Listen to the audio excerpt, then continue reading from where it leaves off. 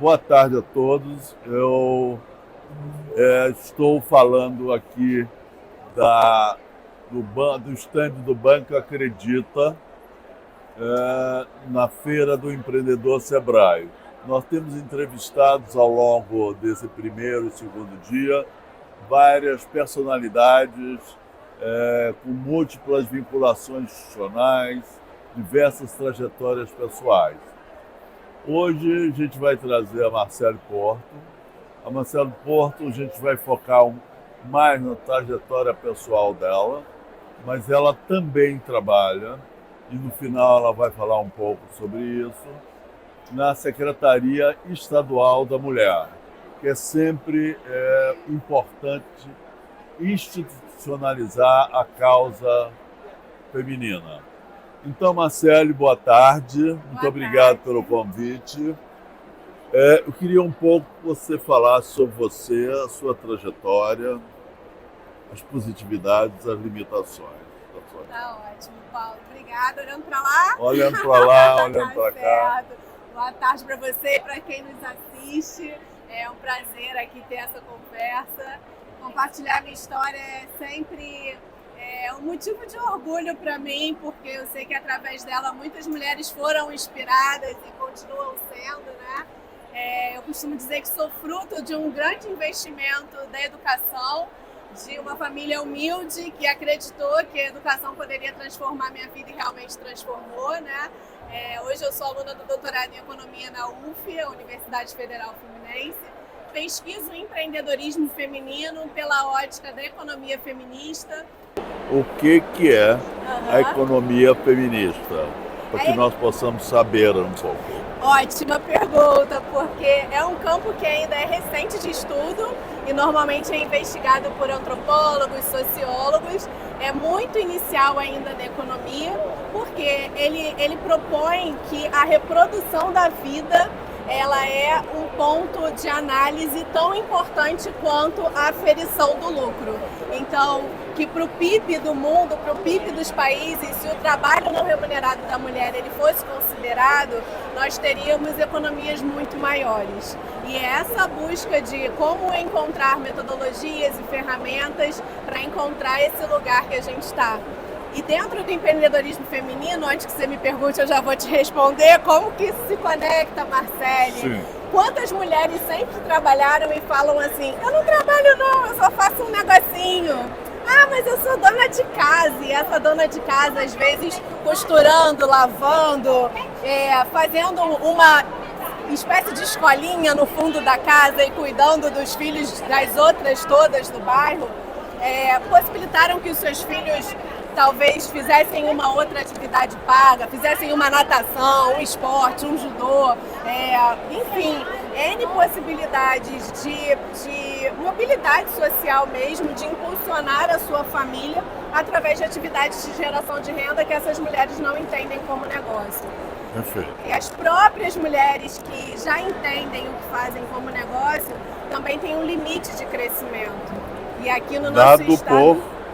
Aqui por questões internas, por questões culturais, por questões históricas. Então a mulher ela tem uma tendência a limitar a intenção dela de crescimento no negócio. Ela chega num momento em que ela tem medo de desestabilizar a família se ela crescer. E aí aqui no estado do Rio de Janeiro a gente tem um dado muito estimulante para o trabalho que eu me proponho a fazer, que é que cerca de apenas 10% das nossas mulheres aqui empregam outras pessoas. Economicamente, a gente vê o quê? Que o que tem relevância é a geração de criação de empresas, geração de empregos. Então, a gente precisa virar essa chave e ampliar aí que as mulheres empreguem outras pessoas. Mas, aproveitando aqui, eu vou te falar um pouco. Eu sou antropólogo, no caso. Olha, que bom! Que conversa boa! E fiz graduação na UF. Mestrado, doutorado, fiz em outros lugares. Mas temos a UF e temos a antropologia, também dei aula na economia da UFRJ. Mas hoje eu estou aqui no banco, chama-se Banco Acredita. É baseado na experiência histórica do IUNES, com o Banco do Povo, Só que nós tropicalizamos a experiência. Tropicalizamos a partir de uma situação muito ocasional, que foi a iniciativa de um empresário carioca muito bem sucedido, que resolveu fazer um banco assim, muito similar, mas com outras especificidades. E, na verdade, como ele era um empresário, ele é um empresário, e hoje falará aqui, convido você para assistir, nós estamos fazendo empréstimos, tá? 24 meses, só com uma taxa de administração, mas sem juros, e com 3 meses de carência, para empreendedores em geral. Houve uma discussão muito grande se a gente focava só em mulher ou em homem. Independente disso, só dá mulher. Nós temos 5% de homens e 95% de mulheres. Mas isso é só aqui no Rio ou... Na Baixada Fluminense também, nós estamos bastante espalhados, temos um stand aqui exatamente por isso. Estamos agora, por exemplo, quem chega aqui e quer concorrer a um financiamento, faz um vídeo, e não sei se você se lembra que o Iones, a pessoa tinha que escrever o nome. Sim. Aqui a pessoa tem que fazer um vídeo dizendo quem eu sou, qual é o meu negócio, tá? E o que eu preciso e quanto eu preciso. E um pitch. Ela faz um pitch ali. Faz um pitch. Faz o pitch dela. E com esse pitch, a gente não está vendo o passado, nós estamos acreditando no futuro. Então, essa questão de análise de crédito não se coloca para a gente, né? E nós estamos vendo aqui alguns expositores que você vê ao nosso lado ali, né? Tem mostrado realmente uma evolução econômica bastante interessante, entende? Você pode até ver aqui que as pessoas estão com produtos que são assediados pelos quais. Então, eu estou muito crente de que o crédito é que é fundamental. Sim. Fala um pouco sobre isso, sobre como é que você pensa o crédito para o empreendedorismo feminino. Perfeito. Eu comecei a mergulhar no empreendedorismo feminino porque eu fui uma empreendedora, eu tive um negócio, eu tive um hostel temático de cerveja que funcionou durante 6 anos. Aonde? Em Santa Teresa. E eu abri esse negócio vendo uma oportunidade de mercado que era a Copa e a Olimpíada. Só que na hora de performar, o desenho não foi bem o imaginado. O papel aceita tudo, né? Claro. E realmente o acesso a crédito é um ponto de dor, mas é um ponto de dor porque às vezes a gente também tem receio de não dar conta, né? De assumir aquele risco. Quando eu tinha o meu negócio, eu comecei a trabalhar voluntariamente fazendo a capacitação de outras mulheres, principalmente com educação financeira, enfim. Então, essa minha experiência do olhar, da vivência, de conviver com elas, estar em contato com elas, me mostra que o investimento é fundamental. Às vezes, um investimento, um capital semente de R$1.000, de R$800, vai fazer com que ela consiga melhorar os equipamentos, melhorar a estrutura que ela tem para oferecer os produtos, né, para melhorar a identidade visual, fazer essa entrega de uma forma diferente. Então, é um ponto-chave, sim, para que o desempenho dessa mulher alavanque ela ter acesso a esse crédito, com certeza. Marcelo, eu quero muito aproveitar aqui o debate, que eu vou entrevistar muitas outras pessoas. Uma coisa me preocupando quando você fala de muitas reticências em relação ao trabalho do empreendedorismo das mulheres. Elas têm medo de crescer, elas têm medo disso. Não é muito medo, não, porque eu também sinto... Você sente isso? Não, eu não sinto. Eu sinto uma volúpia, um desejo, uma vontade de abraçar a oportunidade, de mergulhar na oportunidade muito grande. Pode ser que essas mulheres estão recebendo, nesse momento, um crédito e uma confiança. Sim. Como a gente diz, é uma relação de olho a olho, porque nós não pedimos garantia nenhuma. Sim. Então, nesse sentido, eu estou muito animado com a perspectiva do empreendedorismo realizado pelas mulheres, exatamente por isso. E você tem toda a razão. Eu acho que a gente está entrando num momento de mundo de virada, um momento histórico de transformação, né? A questão do medo é uma questão que é histórica, é muito recente para a mulher esse acesso à autonomia da sua própria decisão, né? Então, ainda que todas as mulheres trabalhassem, até 62 a gente tinha ali o marido que precisava autorizar a maior parte das mulheres a trabalhar fora de casa, a ter uma conta em banco, a ter dinheiro, direito de herança, direito de propriedade. Claro. Então, o Estatuto da Mulher Casada começa com uma transformação, depois a Lei do Divórcio traz um outro movimento aí que impulsiona também as mulheres que são chefes de família, e vem em seguida a Constituição, que traz no discurso que somos iguais perante a lei, mas é uma trajetória de passos que a gente vem evoluindo, né? E olhando para o mundo do negócio, obviamente que isso vai se refletir. Então, a gente aqui no nosso estado, a gente é o estado mais feminino do Brasil, acabou de sair no censo, né? A gente tem uma realidade que mais de 50% das empreendedoras são chefes de suas famílias, são as provedoras de suas famílias. E a gente vive um momento realmente de impulsionamento, de muitas redes de apoio, de redes de capacitação e de fortalecimento. Então, essas mulheres que encontram dentro de si esse autoconhecimento e esse desejo de acreditar que através do empreendedorismo elas podem transformar as suas vidas, das suas famílias e das suas comunidades, eu também experimento diariamente essa força, esse desejo e essa transformação. São muitos casos de transformação que a gente vê. Principalmente motivado pela flexibilidade de poder cuidar dos filhos, da família. Isso, trabalho doméstico, ter mais tempo de compatibilizar todas essas jornadas que a mulher tem. E eu tenho 10 anos de acompanhamento desse movimento, do crescimento do empreendedorismo feminino, vivenciando, né?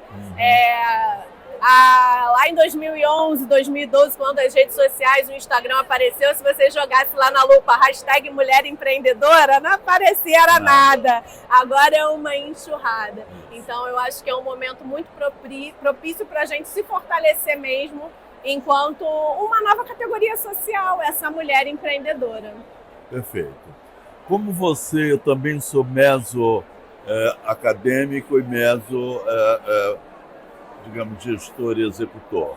Eu nunca quis ficar na universidade como produtor de papers, trocando paper, mas a universidade me beneficiou muito e eu tenho muitas relações.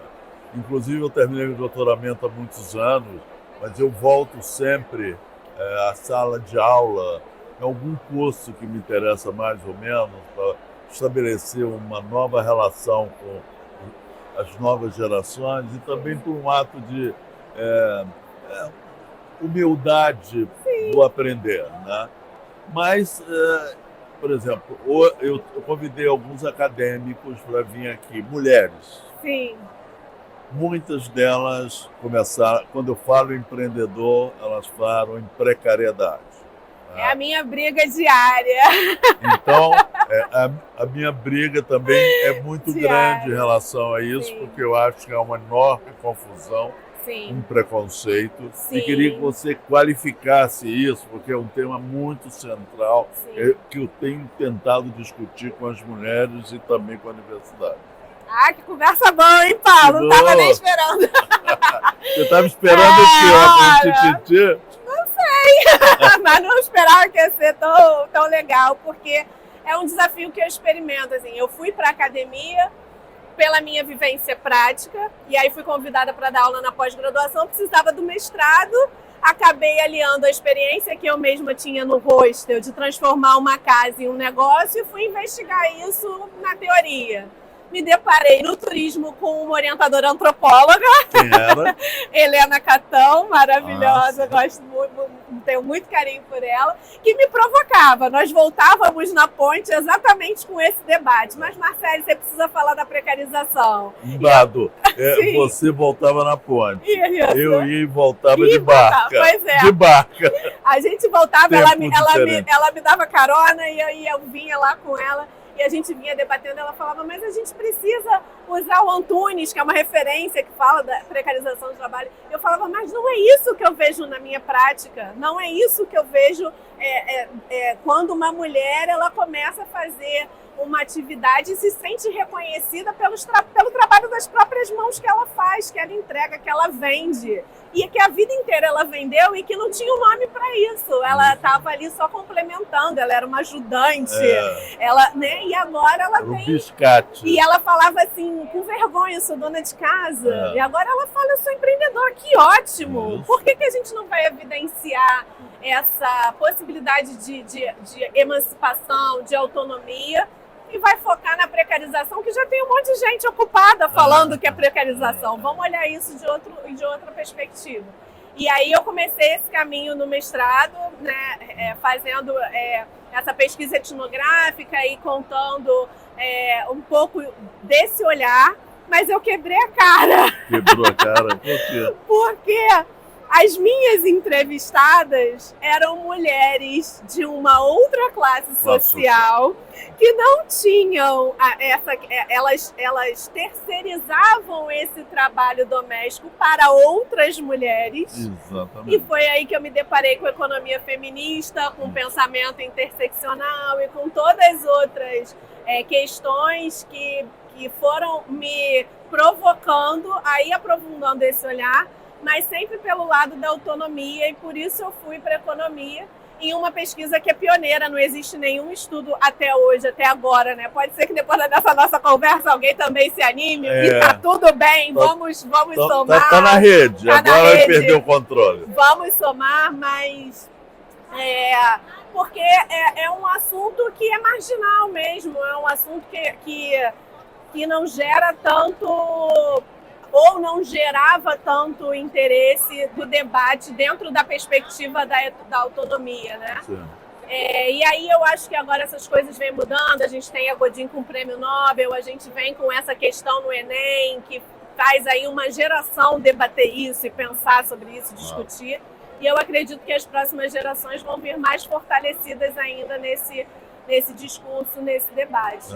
E o que eu escuto é que o empreendedorismo feminino, ele transforma. E como que eu vou, dentro da academia, dizer outra coisa? A gente precisa encontrar alguma forma de relatar isso que a experiência e a vivência mostra. E fazer uma reflexão para que a gente mude o lugar dessa fala. Sim. Porque essa fala está num lugar muito tradicional e não está. Por exemplo, o Jornal Nacional de segunda-feira, não sei se você viu, eu fui ver porque ele apresentava uma reportagem dizendo o seguinte: esse mês foi o mês que mais as pessoas pediram demissão na série histórica construída pelo IBGE.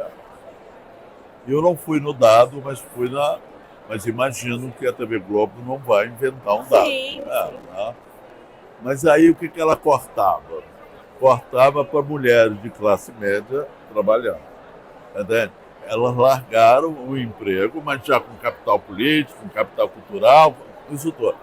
Eu queria ver se eles pegassem as mulheres das camadas populares, onde o trabalho, as jornadas sempre foram muito duras e, portanto, muito precarizadas. Sim. Eu, por exemplo, durante a pandemia, passa essa emoção minha, porque muitas mulheres, elas acabaram recebendo, eram empregadas domésticas, e acabaram recebendo de alguns patrões o salário. Né? E eu estava trabalhando em Belfort Roxo no conjunto habitacional do Minha Casa Minha Vida, faixa 1, portanto, problema muito grande. E vi algumas vezes as mulheres empregadas domésticas que não estavam trabalhando e que a pandemia também foi tratada de uma forma secundária, fazendo churrasco, que eu nunca tinha visto mulher fazer churrasco. Era sempre o homem fazendo churrasco e a mulher cozinhando o arroz lá. Entendeu? Então ela estava ali já construindo uma outra posição. Entendeu?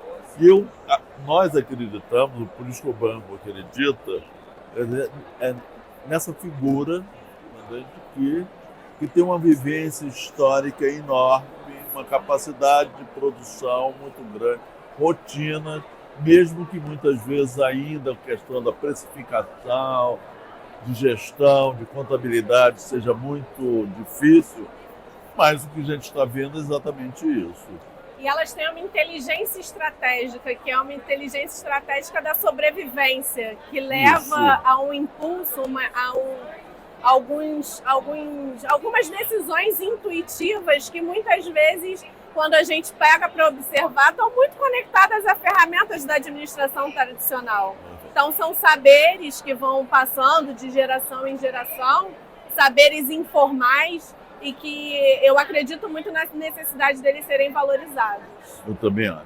Agora me diz para a gente dar uma finalizada assim, só nesse apanhado primeiro. O governo do Estado criou uma Secretaria de Estado das Mulheres. Pela primeira vez. Pela primeira vez. Qual o significado que você atribui à criação e quais são as orientações básicas? Como é que você poderia traduzir para o público que eventualmente está nos assistindo pelo YouTube, possa saber o que é isso? Eu acredito que seja mais um passo nessa evolução do lugar da mulher, um lugar de posicionamento político necessário, né? A Secretaria Estadual da Mulher ela é dividida em 3 superintendências. A secretária Heloísa Aguiar é uma mulher que sempre trabalhou muito com o terceiro setor, com projetos sociais, muito engajada. E esses 3 eixos de superintendências têm a superintendência de institucionalidades, contratos, acordos, uma superintendência que é só de enfrentamento à violência, e há uma superintendência que é de autonomia econômica, que é a superintendência que eu estou conectada como coordenadora do empreendedorismo feminino. E aí dentro dessa superintendência também tem o eixo de empregabilidade, mercado de trabalho, capacitação, profissionalização, que também são pontos muito questionados pelas empresas. A gente está no primeiro ano de secretaria, eu estou nos primeiros meses, mas dentro desse primeiro ano a gente tem feito um esforço muito grande de fazer esse mapeamento para entender como que a gente pode construir políticas públicas efetivas que tenham impacto para essas mulheres. A gente tem um grande desafio de dados, tanto na pesquisa acadêmica quanto nesse exercício, no sistema. Na nossa secretaria a gente não tem legado nenhum, então tudo que a gente faz é um instinto, uma criação pioneira, motivado por essa escuta, né? Então a gente está escutando todos os tipos de mulheres e principalmente olhando o interior do nosso estado. Nós somos 92 municípios, né? E a gente vem aí falando bem dessa parte do empreendedorismo, que é a parte que eu venho atuando, tentando caminhar em relação à igualdade de gênero, né? O último Fórum Econômico Mundial, antes da pandemia, ele dava aí uma média aí de 80 anos para a gente conseguir equilibrar e subiu para 132 anos. A gente não quer que esse número suba mais ainda. Na pandemia a gente regrediu, né? Muito. Então, a gente fala de empreendedorismo, a gente está falando de mercado de trabalho, a gente fala de empreendedorismo feminino, a gente está falando de um percentual muito grande de mulheres que são mães e decidem empreender, ou porque o mercado de trabalho não absorve essa mulher de volta, ou porque ela mesma não quer ali tomar a decisão de não estar com os filhos, e enfim. Então a gente tem esse grande desafio, como eu falei aqui no começo, de primeiro tentar olhar para essas 90% de empreendedoras que não empregam e ver como que a gente fortalece esses negócios, como que a gente tenta, ou por meio do acesso ao crédito, ou por meio do fortalecimento dessa mulher, com rede de apoio, com mentorias, enfim, como que a gente faz essas conexões institucionais para promover isso. A gente teve um grande primeiro avanço dentro do empreendedorismo feminino. Na segunda-feira, na LERJ, a gente teve a promulgação da lei do mês estadual da mulher empreendedora. Então, a ONU, em 2014, institucionou o Dia Internacional do Empreendedorismo Feminino justamente para dar luz à potência dos negócios liderados pelas mulheres na economia. O presidente Lula promulgou a semana e nós promulgamos o mês. Afinal, ele tem 27 estados, nós temos 92 municípios. Então, a maioria. Nós somos muitas. E estamos com esse desafio de olhar, conhecer essas mulheres e fortalecer para que esses negócios consigam ter sustentabilidade a longo prazo. Pois é. Nós estamos muito focados na ideia Banco Acredita. Portanto, eu chamo de uma política pública de natureza privada. Sim. Quer dizer, nós estamos procurando articular as nossas ações com ONGs, com governo menos, mas mais com ONGs, com entidades comunitárias, com um conjunto de instituições da sociedade civil. Sim. É isso que nós estamos fazendo. A gente chega, por exemplo, em Santa Marta, né? A gente pega uma referência comunitária importante, reúne entre eles um conjunto de mulheres e homens, e a partir daí a gente recebe as propostas. Mas nós estamos incentivando muito mesmo, mulheres que ainda vivem a dualidade, trabalho empreendedor e trabalho assalariado, a investir no trabalho empreendedor. Porque também a gente acha que isso a gente faz as relações de trabalho no Brasil, principalmente para mulheres, eu não preciso dizer o quão duras são. Sim. Né? Eu ainda acho e defendo a posição que o trabalho empreendedor ameniza as relações autoritárias, duras, racistas, misóginas, e você bota aí o que você quiser botar mais, como forma também de combate desses malefícios que estiveram presentes sempre na história da sociedade brasileira. Sim. Então, o nosso propósito é esse. E espero que a gente, com o governo do Estado, se encontre em algum momento para fazer ações articuladas, Sim, capazes de alavancar políticas. ainda mais. Ainda mais. Já começamos e é Já sempre bom começamos. dar o primeiro passo. Já, esse passo foi fundamental. Com Quero te certeza. agradecer muitíssimo. Você é muito inteligente, muito bem informada, Obrigada. muito simpática. Obrigada. E eu acho que contribuiu muito para o nosso acervo de conhecimento, que a gente está fazendo isso aqui para o público, mas também um acervo de conhecimento, entendendo, sobre o tema do empreendedorismo e principalmente do empreendedorismo da mulher. Maravilhoso, Paulo, eu que agradeço. Então eu vou aproveitar, olhar para onde que é lá, A câmara. A gente tem uma para aquela? A gente tem Aquela aí uma ausência de um conceito do que seja realmente empreendedorismo feminino. E às vezes em sala de aula me perguntam, né? Mas por que, professora? Ou então eu escuto assim, eu sonho o dia que vai acabar o empreendedorismo feminino e vamos ser todos empreendedores. E o meu desejo maior é que todas as pessoas entendam que o empreendedorismo feminino, para além da abertura e gestão de um negócio, é um lugar possível de atuação e liderança no mercado de trabalho para mulheres. Onde elas se transformam, onde elas transformam as suas comunidades, o seu jeito de ser e principalmente as suas famílias. Eu espero que isso aconteça. Muito obrigado. Então nós encerramos e torna a Marcela uma referência para os nossos debates futuros. Obrigada, Paulo. Obrigada.